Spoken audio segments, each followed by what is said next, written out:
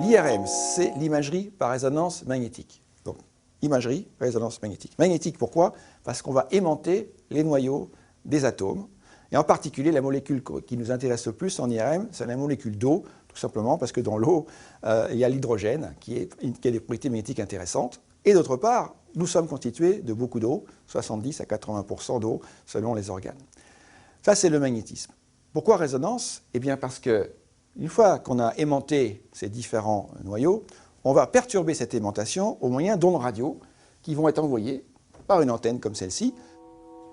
Le retour à la normale de l'aimantation de cette molécule d'eau va s'accompagner d'une émission d'ondes radio que l'on va à nouveau capter par ces antennes, mettre dans une mémoire d'ordinateur afin de reconstituer des images.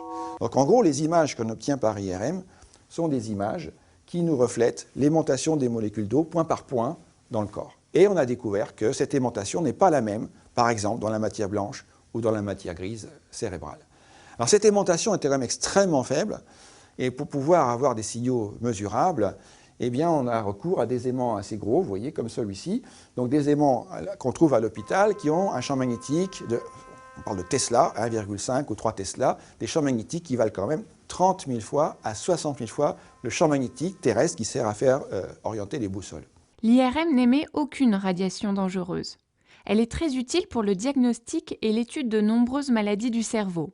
Sclérose en plaques, tumeurs, vieillissement cérébral, maladies neurodégénératives. Et l'IRM évolue.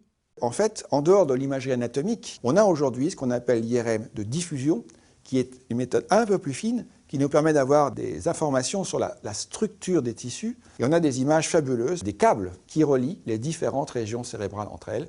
Et on commence à découvrir que ces anomalies de connexion pourraient peut-être expliquer certaines pathologies psychiatriques. Et puis l'IRM fonctionnel, qui permet de voir, par exemple, le cerveau en état d'activation, de détecter les régions cérébrales que nous utilisons pour notre vie quotidienne ou pour des processus cognitifs élaborés.